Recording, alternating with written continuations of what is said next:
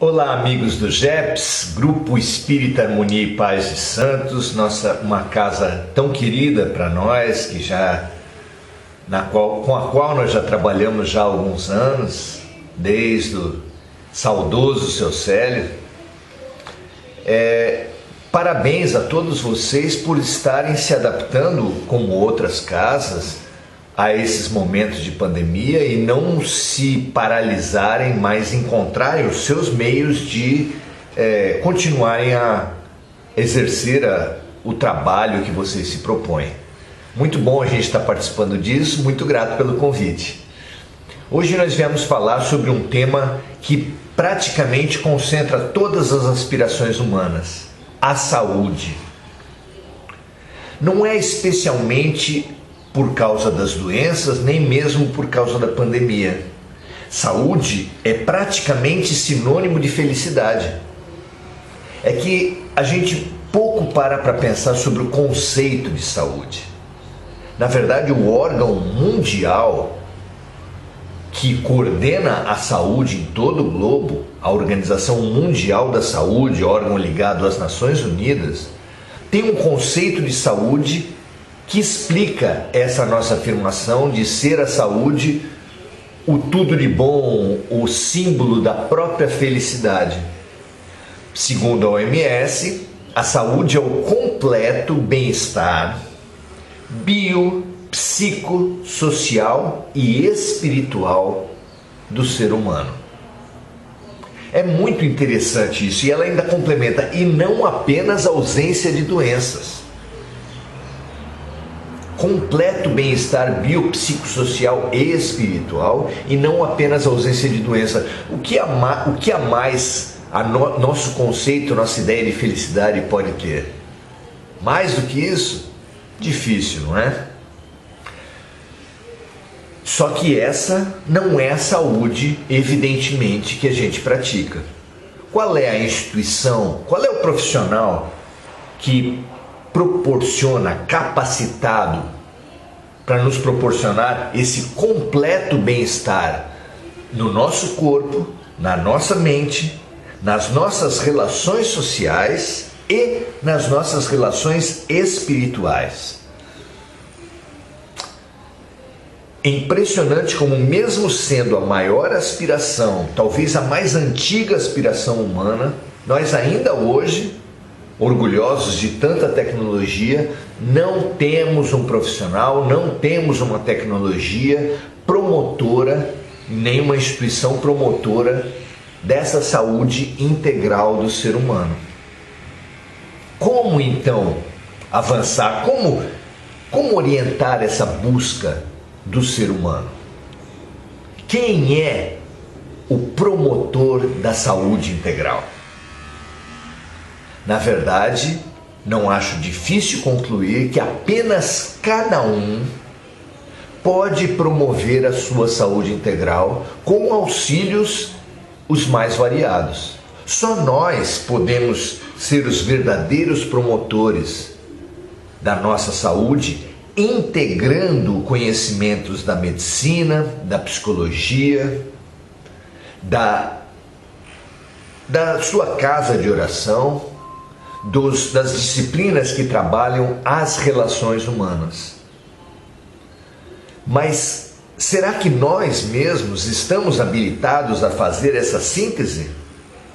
Qual é o apoio fundamental para nós integrarmos todas essas dimensões, todas essas perspectivas científicas e espirituais? O nosso pressuposto é que o médico integral, é que o psicólogo integral, é que o líder espiritual por excelência da humanidade é Jesus Cristo. E que dentro do legado de Jesus, o evangelista que mais se aproximou da abordagem de saúde foi Lucas, que exercia a função de médico, vamos dizer assim, de curador naqueles tempos.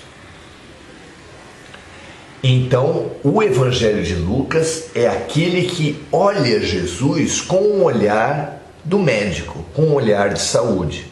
Então, Foi por isso que nós tomamos o Evangelho de Lucas para elaborar esse nosso livro, A Saúde segundo Jesus Cristo.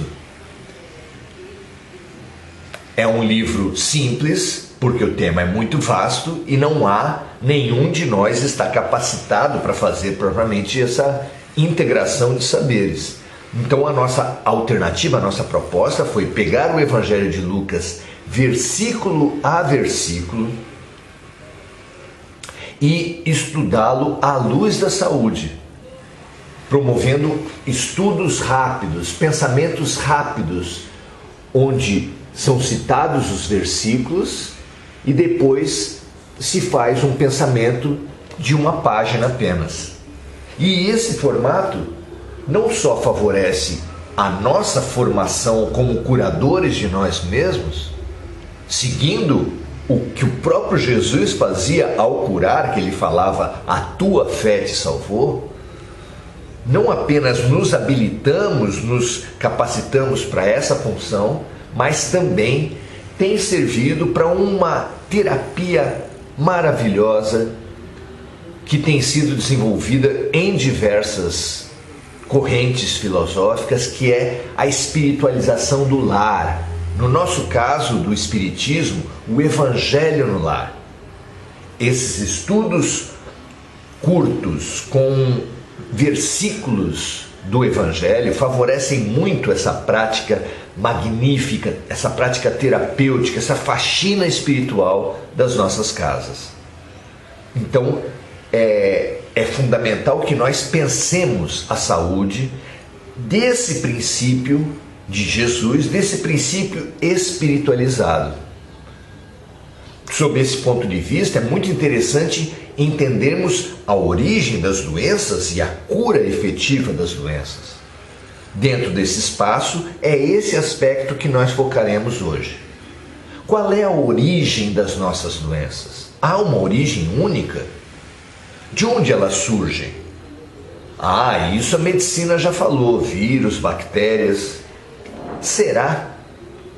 Se a própria medicina tradicional fala que o estado mental, a saúde mental das pessoas determina a imunidade, se a depressão e a tristeza, a desesperança, o pessimismo baixam o sistema imunológico, será que são apenas os vírus e bactérias que determinam a existência de doenças ou não?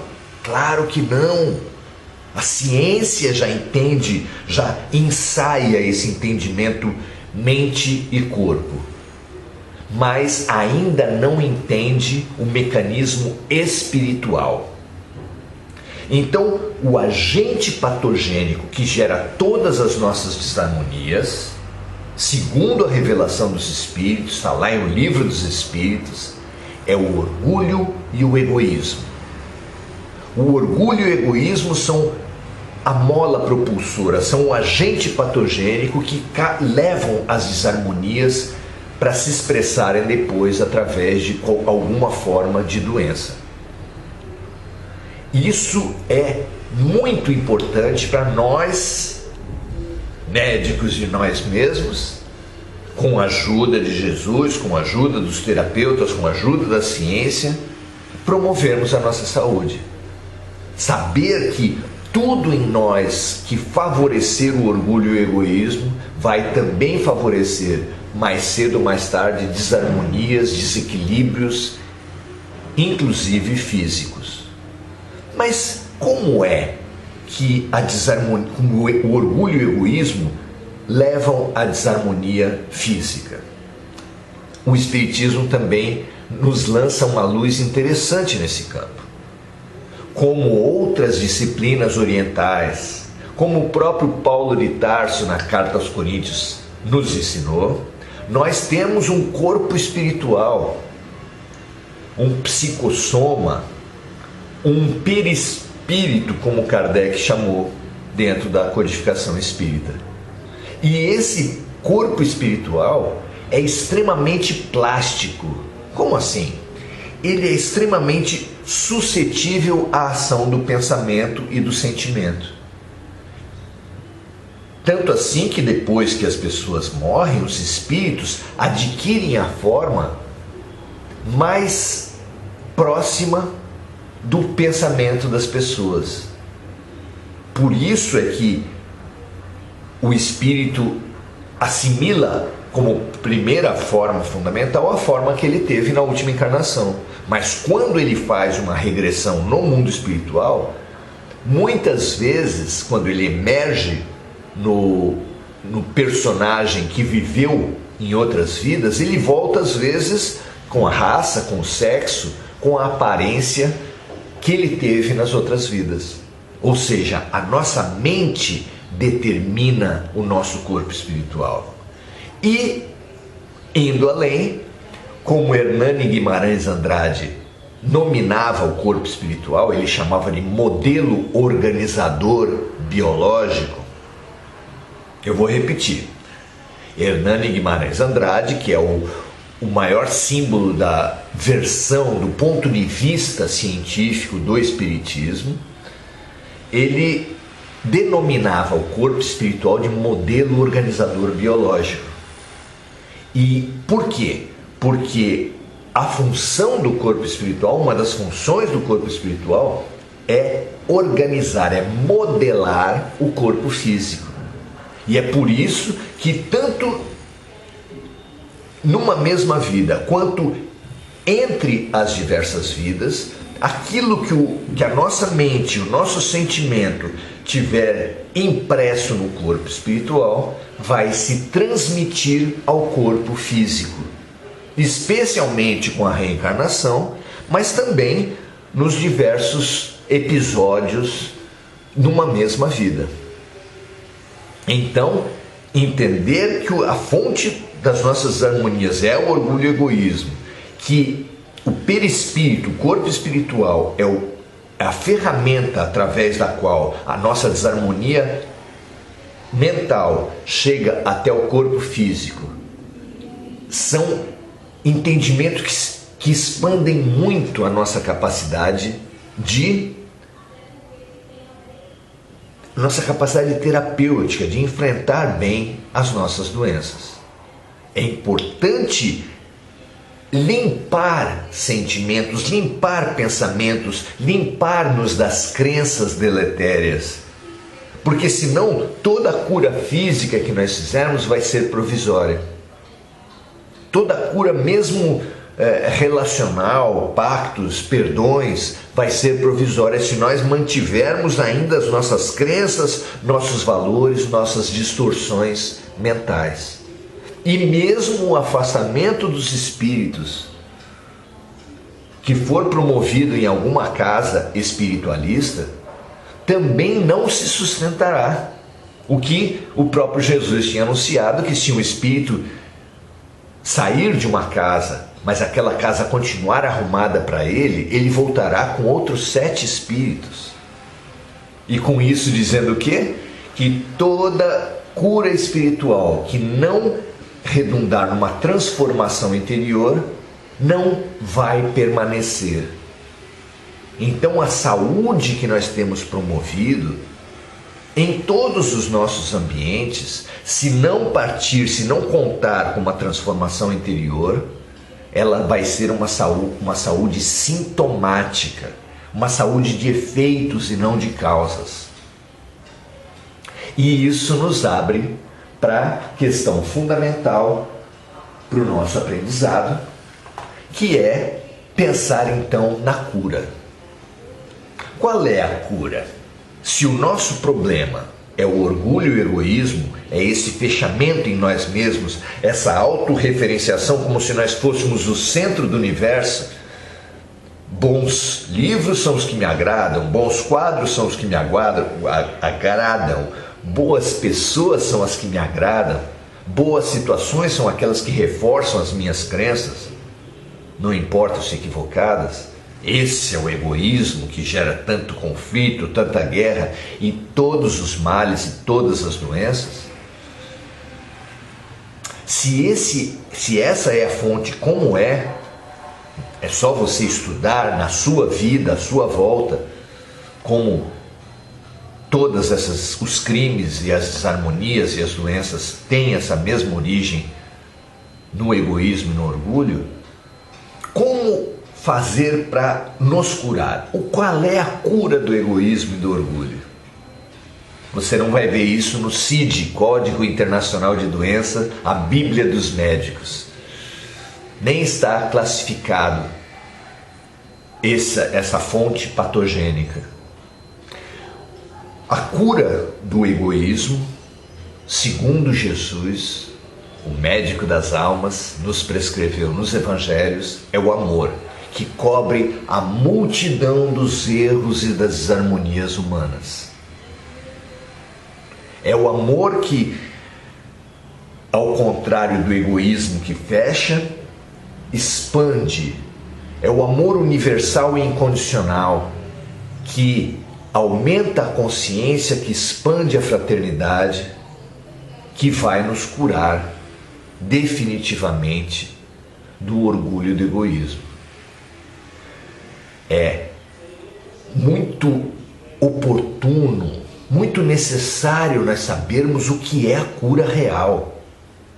Mas, assim como o orgulho e o egoísmo tem como mecanismo o perispírito, o corpo espiritual, para chegar ao sintoma físico do corpo material, nós também precisamos de uma ferramenta para alcançarmos o amor incondicional e puro, tão bem exemplificado por Jesus. Como nós sairemos do orgulho ao egoísmo? Qual é essa ferramenta? Jesus, de novo, vem em nosso socorro para dizer que a técnica terapêutica que vai nos transformar e nos transportar do orgulho e do egoísmo até o amor chama-se compaixão, dentro do entendimento cristão. No campo da ciência, referenda-se esse mesmo caminho sob o nome da empatia, do altruísmo, da alteridade, palavras todas vinculadas a colocar-se no lugar do outro.